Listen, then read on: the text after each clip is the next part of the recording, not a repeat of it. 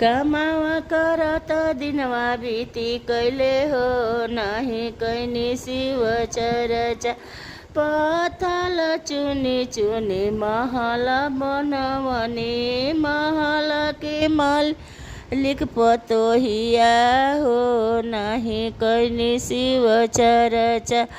1 रुपया 2 रुपया बैक में धोइनी एटीएम के मालिक पुतावा हो नाही कैनी शिव चर्चा।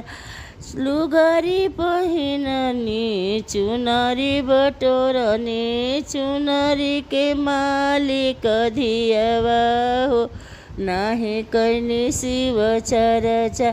कमावा करत दिनवा कटले हो नाही कैनी शिव चर्चा। नोहे नोहे बटोरी हमर